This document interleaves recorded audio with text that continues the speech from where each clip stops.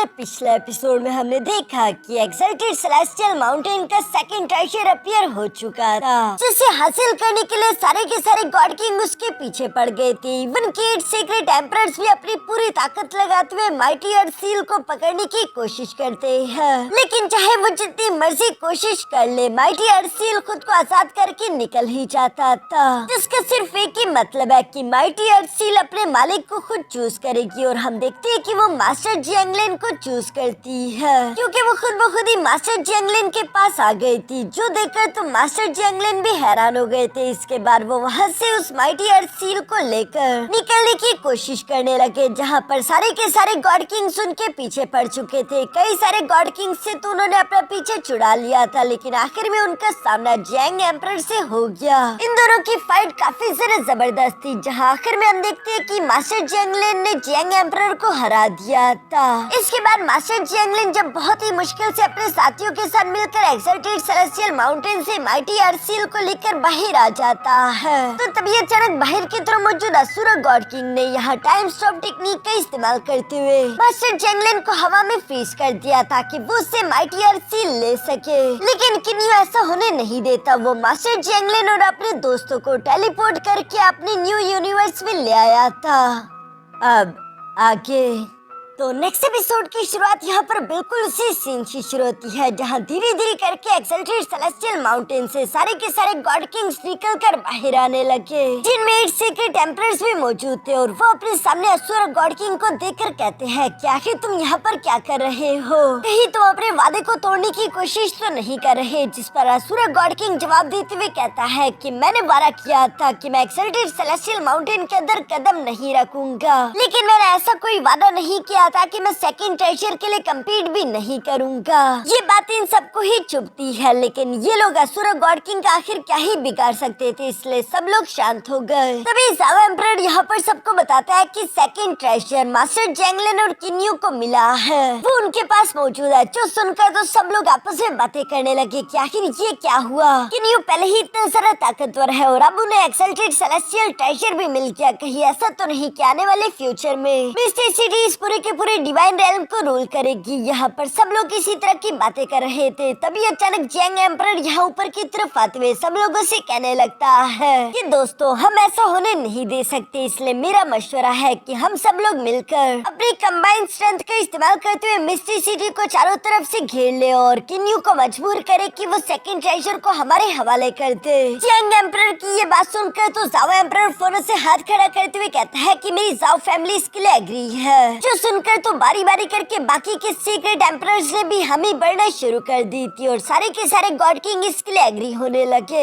इसलिए जाओ एम्परर यहाँ असुर गॉड किंग के पास भी आकर उससे सवाल करते हुए पूछता है कि असुर गॉड किंग क्या तुम भी हमारा साथ देना चाहोगे। जिस बात से मुंह एम्परर तो खुश नहीं था, क्योंकि वो कह रहा था कि असुर गॉड किंग ने हमारे फैमिली के मेंबर्स को जान से मारा है, इसलिए हम इसके साथ अलायंस नहीं बनाएंगे। जिस पर असुर गॉड किंग कहता है लगता है कि मुझे यहाँ पर वेलकम नहीं किया जा रहा, लेकिन फिर भी कोई फर्क नहीं पड़ता, मैं इस अलायंस को खुशी खुशी ज्वाइन करूंगा। यानी कि वो भी इनका साथ देने के लिए तैयार हो गया। लेकिन असुर गॉड किंग कहता है कि जियांग एम्परर तुम जानते हो ना कि अभी हम मिस्टी सिटी को घेरने के लिए जा रहे हैं और इस कदम के दौरान तुम्हारी प्यारी बेटी और तुम्हारा प्यारा भाई भी जान से मारे जा सकते हैं। अगर उन्हें कुछ भी हो गया तो क्या तुम इस तकलीफ को बर्दाश्त कर पाओगे। जिस पर जियांग एम्परर बेरहमी के साथ जवाब देते हुए कहता है कि जो भी हमारे रास्ते में आएगा उससे हम मार डालेंगे, इससे कोई फर्क नहीं पड़ता कि वो कौन है। चलो अब यहाँ से चलते हैं। जो कहती वो सारे के सारे गॉड किंग मिस्टी सिटी की तरफ रवाना हो गए। ये सब कुछ दूसरी तरफ मिस्टी सिटी में यहाँ पर मिस जियांगली और साथ ही साथ किन्यू और उसके बाकी के सारे दोस्त भी देख रहे थे, जहाँ किन्यू इस बात को अच्छे से जानता था कि सीक्रेट एम्परर इतनी आसानी के साथ माइटी अर्थ सील को नहीं जाने देने वाले। इसलिए वो मास्टर जियांगलिन से कहने लगा कि मैंने अपने न्यू यूनिवर्स के अंदर एक स्पेस को तैयार करके रखा है, जहाँ मैंने टाइम एक्सेलरेशन का इस्तेमाल किया।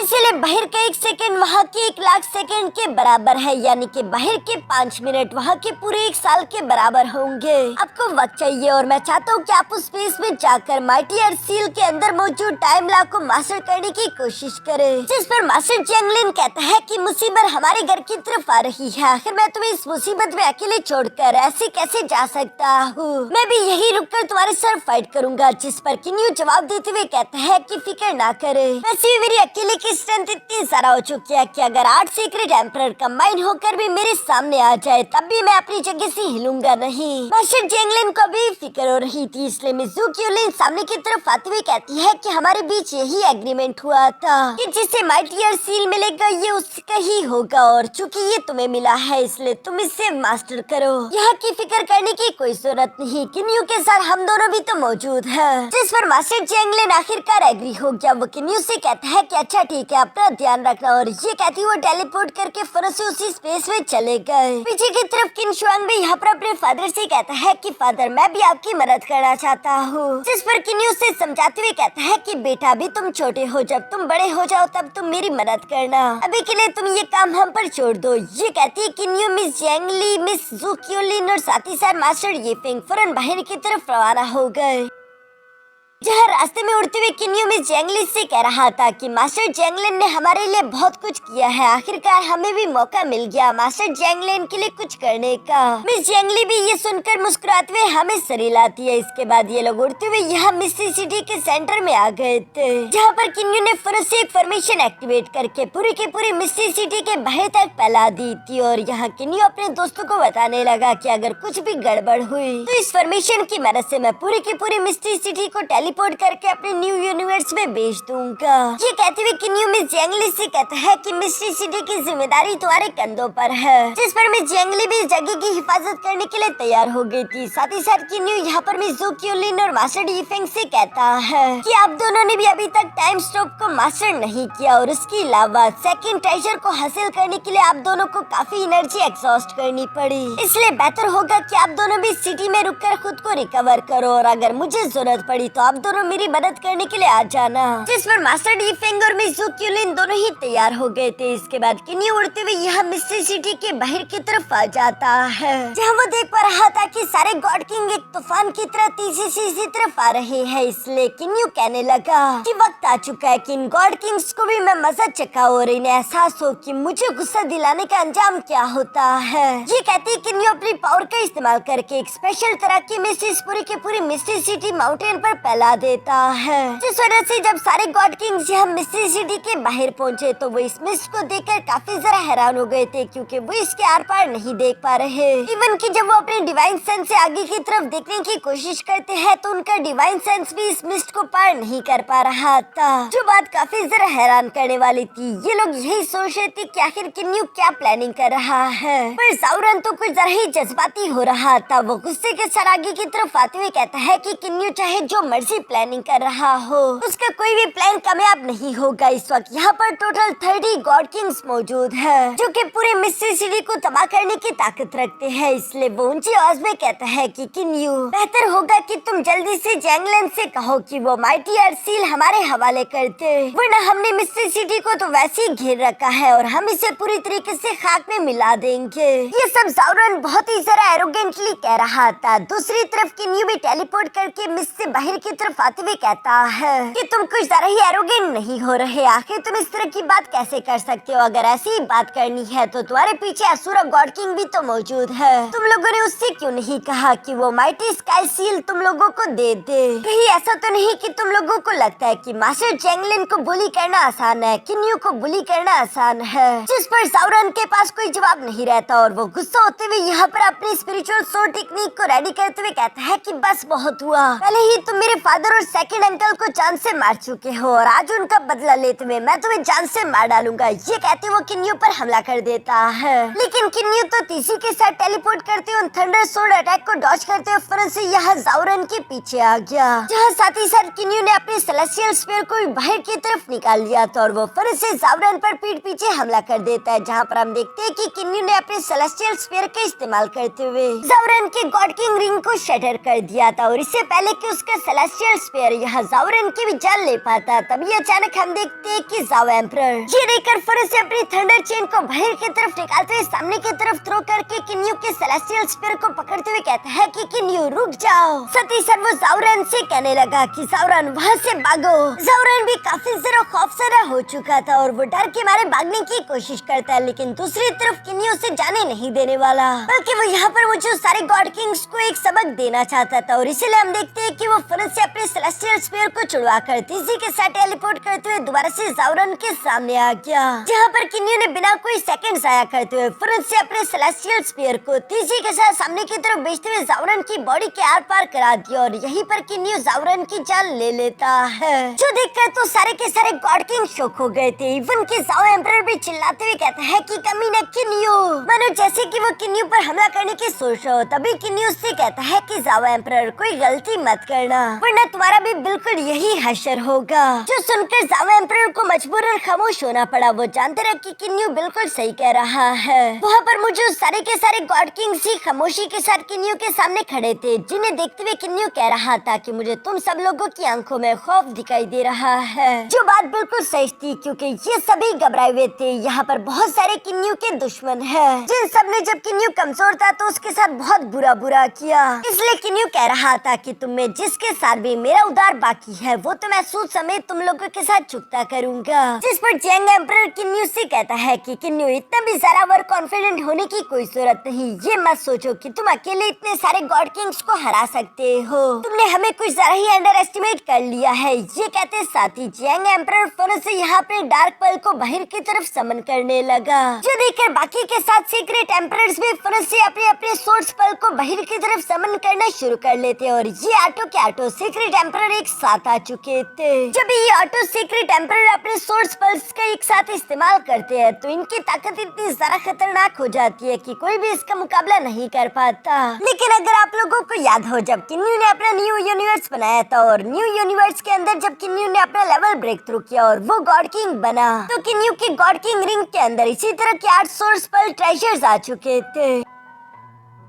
इसी वजह से वो अकेले इन सबसे ज्यादा ताकतवर है। यहाँ पर हम देखते हैं कि वो ऑटो सीक्रेट एम्परर्स 8 की 1 एनर्जी फॉर्मेशन क्रिएट करने लगे थे, जहाँ पर साथ ही साथ वो किन्यू से कहते हैं कि किन्यू ये तुम्हारे लिए आखिरी वार्निंग है, अभी भी तुम्हारे पास मौका है। मास्टर जैंगलन से कहकर वो माइटी अर्थ सील बाहर ले और हमें दे दो। ये सब सुनते हुए सामने की तरफ मौजूद किन्यू जो कि फाइट के लिए पूरी तरीके से तैयार खड़ा था और वो कहता है कि तुम लोगों को क्या लगा कि तुम लोगों की इस धमकी से मैं डर जाऊंगा? ये तो कभी ख्वाबों में भी नहीं होने वाला, मैं तुमसे लड़ने के लिए तैयार हूँ। किन्यू की इसी जोश और जज्बे के साथ सीन शिफ्ट होकर दूसरी तरफ किन्यू के न्यू यूनिवर्स में मौजूद उसी स्पेस पर आ जाता है जहाँ किन्यू ने टाइम एक्सेलरेशन का इस्तेमाल किया था और वहाँ पर मास्टर जैंगलन मौजूद है, जो कि हम देखते हैं कि माइटी अर्थ सील के अंदर मौजूद टाइम लॉक को मास्टर करने की कोशिश कर रहे थे। बाहर की तरफ बेशक कुछ मिनट से गुजरे होंगे लेकिन अंदर की तरफ यहाँ कई महीने गुजर चुके हैं, जहाँ मास्टर जैंगलन जब उस माइटी अर्थ सील के अंदर मौजूद टाइम लॉक को सीखने की कोशिश कर रहा था तो उसे एक आवाज सुनाई देती है जो कि कह रही थी कि स्टिलनेस विद साइलेंस, यानी कि खामोशी के साथ हर एक चीज का रुक जाना, जिसे हम टाइम स्टॉप कहते हैं। इसे बस तुम्हें अच्छे से सेंस करना होगा और तुम खुद इसे समझ जाओगे। टाइम हमेशा सबसे ज्यादा ताकतवर हथियार रहा है, इसी वजह से हेवन एंड अर्थ हमेशा के लिए इटर्नल है। ये सब कहते हुए यहाँ माइटी अर्थ सील के अंदर से कुछ एनर्जी निकलते हुए मास्टर जैंगलन की बॉडी के अंदर इंटर कर रही थी, जिससे मास्टर जैंगलन के अंडरस्टैंडिंग बढ़ रही थी। ये सब समझते हुए मास्टर जैंगलन की सोल एक अलग ही डायमेंशन में पहुंच गई थी, जहां पर उन्हें अपने सामने मिस जू क्यूमी दिखाई देती है, जिसकी तरफ मास्टर जैंगलन बढ़ रहे थे। पर तभी अचानक मास्टर जैंगलन को वहाँ पर 8 की 1 एनर्जी अटैक दिखाई देता है, जिससे मिस जू क्यूमी पर हमला कर दिया गया।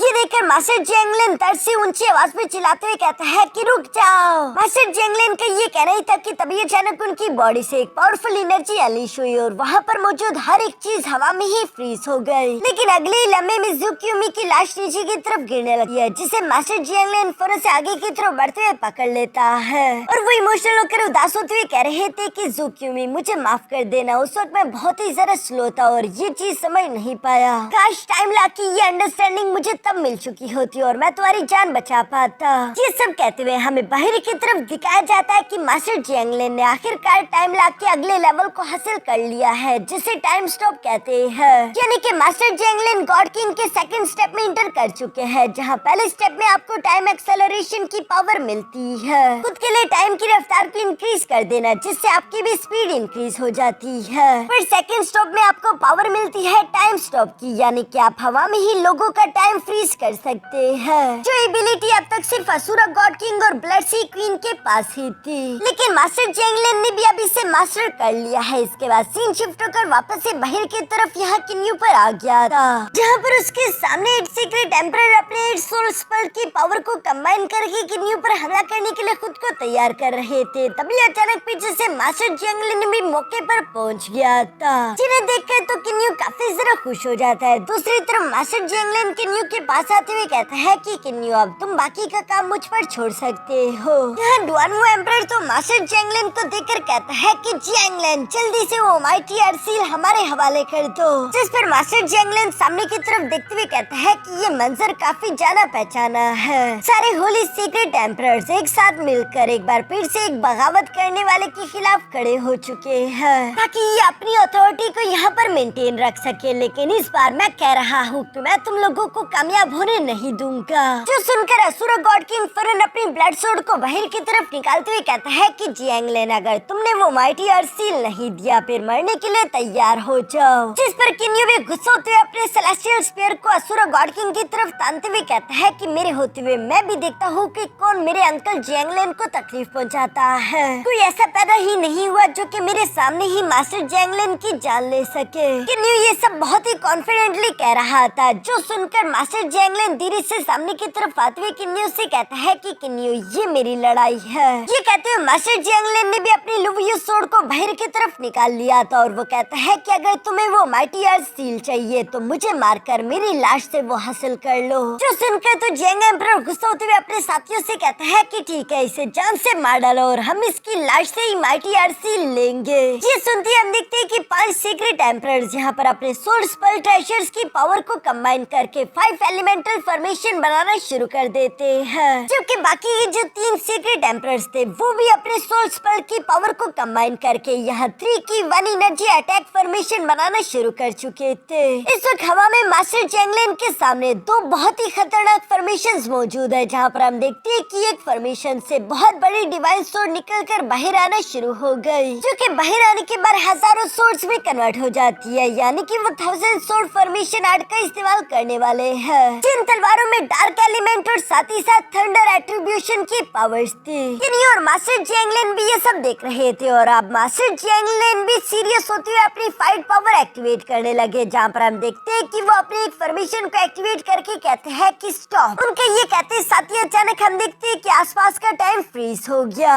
जितने भी मास्टर जियांगलिन के यहाँ पर दुश्मन मौजूद थे वो सारे के सारे गॉड किंग इस वक्त हवा में ही फ्रीज हो जाते हैं, सिवाय असुरा गॉड किंग और ब्लड सी क्वीन के, जहाँ पर ब्लड सी क्वीन कह रही थी कि इसने टाइम स्टॉप कैसे मास्टर कर लिया। दूसरी तरफ किन्यू भी ये देखकर शॉक होते हुए कहता है तो आखिरकार मास्टर जियांगलिन टाइम स्टॉप को मास्टर कर चुके हैं, ये तो कमाल हो गया। दूसरी तरफ हम देखते हैं कि मास्टर जियांगलिन जिसने अपने टाइम स्टॉप का इस्तेमाल करते हुए हवा में कई सारे गॉड किंग्स को फ्रीज कर दिया था। इसके बाद वो अपनी लुवियो सोर्ड को लेकर आगे की तरफ बढ़ते हुए बारी बारी करके उन सबको जान से मारने लगा और वो एक ही झटके में कई सारे गॉड किंग्स को खत्म कर देता है, जिसके बाद सब कुछ दोबारा से नॉर्मल हो गया और हम देखते हैं कि यहाँ पर मास्टर जियांगलिन ने असुरा गॉड किंग के एक बहुत ही खास बंदे यानी कि जाओइन को जान से मार डाला था, जो कि असुरा गॉड किंग के बहुत ही जरा करीब है, इसलिए वो गुस्से से पागल होने लगा। वो चिल्लाते हुए अपने असुरा गॉड फॉर्म में आकर कहता है कि जियांगलिन तुमने ये अच्छा नहीं किया, तुम इसके लिए मरोगे। और इसी गुस्से के साथ वो जियांगलिन की तरफ बढ़ रहा था। किन्यू ये देखकर असुरा गॉड किंग से कहता है कि असुरा गॉड किंग शांत हो जाओ, और ये कहती है कि न्यू अपनी पावर्स का इस्तेमाल करके असुरा गॉड किंग को टेलीपोर्ट करते हुए अपने न्यू यूनिवर्स के एक स्पेस में ले आया था,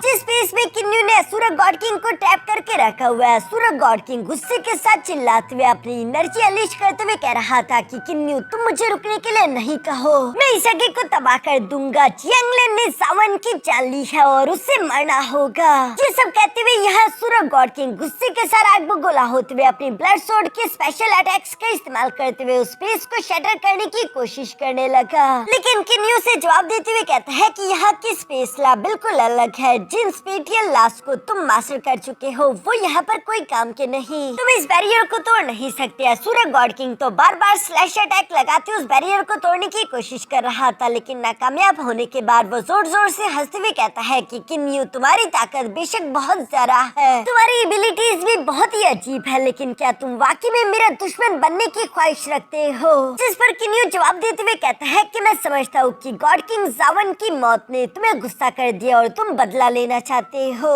लेकिन तुम्हें भी इस बात को समझना होगा कि मास्टर जैंगलिन ने खुद को डिफेंड करने के लिए जावन की जान ली है। जावन बाकी सब लोगों के साथ मास्टर जैंगलिन को मारने के लिए यहाँ पर आया था, ना कि मास्टर जैंगलिन उसके पीछे गया, इसलिए मास्टर जैंगलिन ने कुछ भी गलत नहीं किया। यहाँ पर हम देखते हैं कि किन्नू ने असुरा गॉड किंग के साथ साथ ब्लड सी क्वीन को भी यहाँ पर ट्रैप कर लिया था, क्योंकि सिर्फ यही वो दोनों कल्टिवेटर है जिन्हें टाइम स्टॉप टेक्निक आती है और मास्टर जैंगलिन इनका मुकाबला नहीं कर सकता। ये दोनों सबसे बड़ा खतरा थे। असुरा गॉड किंग तो ब्लड सी क्वीन की तरफ देखते हुए कहता है कि ब्लड सी क्वीन, अगर हम दोनों यहाँ मिलकर काम करें तो हमारे लिए स्पेस के बैरियर को शटर करना इतना भी इम्पॉसिबल नहीं होगा। जिस पर ब्लड सी क्वीन भी एग्री हो गई थी। असुरा गॉड किंग और ब्लड सी क्वीन दोनों अपनी पावर्स का इस्तेमाल करते उस बैरियर पर अटैक्स करना शुरू कर देते हैं, जबकि दूसरी तरफ बैर हम देखते हैं कि यहाँ पर मास्टर जैंगलिन अकेले 8 सीक्रेट एम्परर्स के साथ फाइट कर रहा था और साथ ही साथ वहाँ पर और भी कई सारे गॉड किंग लेवल के कल्टिवेटर्स मौजूद है।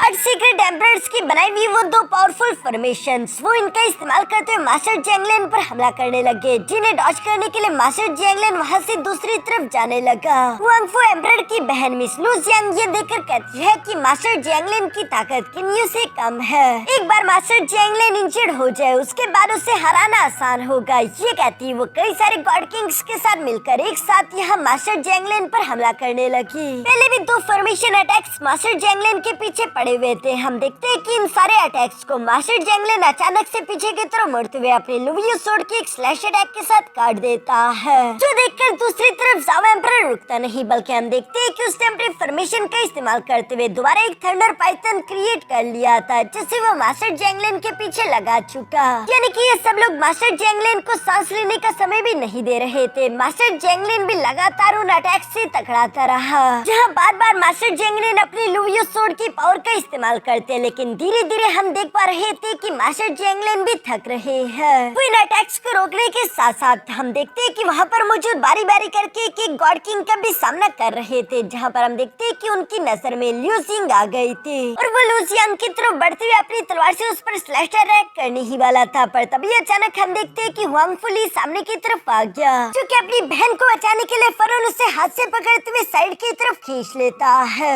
इसलिए वो मास्टर जैंगलिन के हमले से बच गई। लेकिन तभी अचानक मास्टर जैंगलिन के पीछे एक और गॉड किंग पहुंच चुका था, जो कि पीठ पीछे मास्टर जैंगलिन पर हमला करने की सोच रहा था, लेकिन मास्टर जैंगलिन अपनी टाइम स्टॉप टेक्निक का इस्तेमाल करते उसे हवा में फ्रीज करके जान से मार डालता है। पर मास्टर जैंगलिन ने अभी यही था कि तभी अचानक 8 सीक्रेट एम्परर दोबारा अपनी फॉर्मेशन अटैक का इस्तेमाल करते हुए मास्टर जैंगलिन पर हमला कर देते हैं। जिस फॉर्मेशन अटैक को ब्लॉक करने के लिए मास्टर जैंगलिन ने भी अपने सामने शील्ड बना ली थी, लेकिन हम देखते हैं कि लगातार इतने सारे अटैक्स झेलने की वजह से अब धीरे धीरे करके मास्टर जैंगलिन भी कमजोर पड़ रहे थे, उन्हें इंटरनल इंजरीज हो रही थी, इसलिए मास्टर जैंगलिन खून की उल्टियां कर रहे हैं। लेकिन हम देखते हैं कि मास्टर जैंगलिन हार मानने का नाम नहीं लेते, बल्कि वो अभी भी अपनी पूरी ताकत का इस्तेमाल करते हुए लगातार उस फॉर्मेशन अटैक से टकरा रहे थे। दूर से वांगफू ली और मिस लू जियांग भी ये देख रही थी, जहाँ वांगफू ली तो इस सिचुएशन को समझता था कि कोई भी कल्टिवेटर इतना ज्यादा ताकतवर नहीं कि वो 8 सीक्रेट एम्परर्स के अटैक्स को इस तरह से बर्दाश्त कर सके, लेकिन जैंगलिन वाकई में बहुत ज्यादा काबिल है, इसलिए वो अपनी बहन लू जियांग से कहने लगा कि हम लोगों को रिट्रीट करके यहाँ से वापस जाना चाहिए, हमें और ज्यादा इन्वॉल्व होने की कोई जरूरत नहीं, ये खतरनाक है। लेकिन दूसरी तरफ लू जियांग को तो ऐसा नहीं लगता था। वो मास्टर जैंगलिन की तरफ देखते हुए कहती है कि जब जब मास्टर जैंगलिन उन सोर्स पावर अटैक्स का सामना करता है तब तब वो कमजोर होता रहता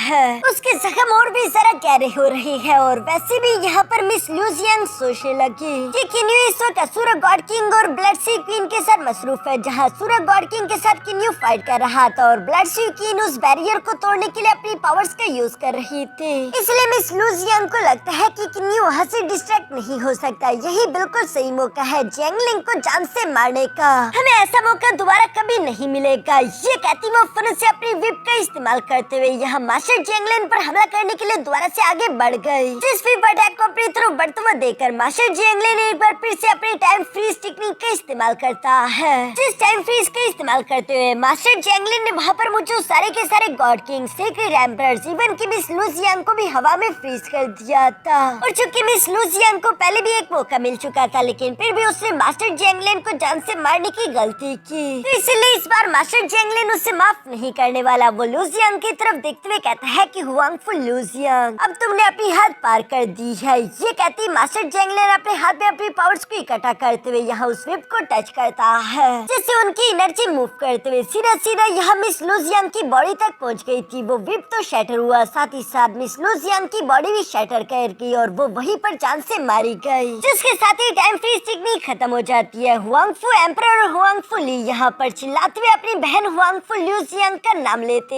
हैं। अपनी बहन को मरते हुए देखकर हुआंगफू एम्परर तो काफी ज्यादा इमोशनल हो गया था और वो मास्टर जियांगलिन की तरफ देखते हुए कहता है कि जियांगलिन, कभी तुम भी 8 ग्रेड फैमिली से हुआ करते थे और अब तुम 8 ग्रेड फैमिलीज के गॉड किंग्स को जान से मार रहे हो। तुम्हारे इस गुनाह को माफ नहीं किया जा सकता, तुम्हें मरना होगा। ये कहती वो कई सारे फ्लेम स्लैश अटैक रेडी करके फौरन मास्टर जियांगलिन पर हमला कर चुका। जिन फ्लेम स्लैश अटैक्स की एनर्जी को जावा एम्परर ने भी अपनी थर्डर एनर्जी का इस्तेमाल करके और सारे इंक्रीज कर दिया। इस अटैक को अपनी तरफ फातों में देखकर मास्टर जियांगलिन भी यहाँ पर पहले अपनी एनर्जी का इस्तेमाल करते उस थर्डर एनर्जी को खत्म कर देते। इसके बाद वो अपनी लुवियो सोर्ड को बाहर की तरफ निकालते हुए एक स्लैश अटैक को डिस्ट्रॉय करने लगे। लेकिन हर एक स्लैश अटैक को डिस्ट्रॉय करने की वजह से यहाँ पर हम देखते हैं कि मास्टर जियांगलिन की भी इंजरीज बढ़ती जा रही थी, उन्हें भी बहुत ज्यादा तकलीफ हो रही है। वो भी अपनी लिमिट तक पहुँच रहे थे, जो देखकर जावा एम्परर समझ गया था। वो अपने साथियों को कहता है कि जियांगलिन अपनी लिमिट पर पहुंच चुका है, इसलिए रुकना मत। ये सुनकर एक के बाद एक कई सारे मल्टीपल स्लैश अटैक मास्टर जियांगलिन की तरफ चलते जा रहे थे, जिन्हें मास्टर जियांगलिन अपनी लुवियो सोर्ड का इस्तेमाल करते हुए ब्लॉक करने की कोशिश करता जा रहा था और धीरे धीरे करके वो इतने ज्यादा कमजोर हो चुके हैं कि अब उनसे अपनी तलवार भी उठाई नहीं जा रही थी। वो जरा फाइट करने की हालत में नहीं बचे, पर अभी भी एक साथ कई सारे स्लैश अटैक तेजी से उनकी तरफ बढ़ रहे थे। ये उनके आखिरी लम्हे हैं। मास्टर जियांगलिन भी इस बात को समझता था। जावा एम्परर तो ये देखकर खुश होने लगा, जबकि हम देखते हैं कि जियांग एम्परर अपने भाई के आखिरी लम्हों को देख नहीं पा रहा था, इसलिए उसने अपनी आंखें बंद कर ली। और यहाँ इसी इंटेंस सीन के साथ हमारा ये एपिसोड यहीं पर खत्म हो जाता है। दोस्तों नेक्स्ट एपिसोड के लिए इस वीडियो को लाइक कर देना और साथ ही साथ 3000 कमेंट्स का टारगेट कंप्लीट कर देना।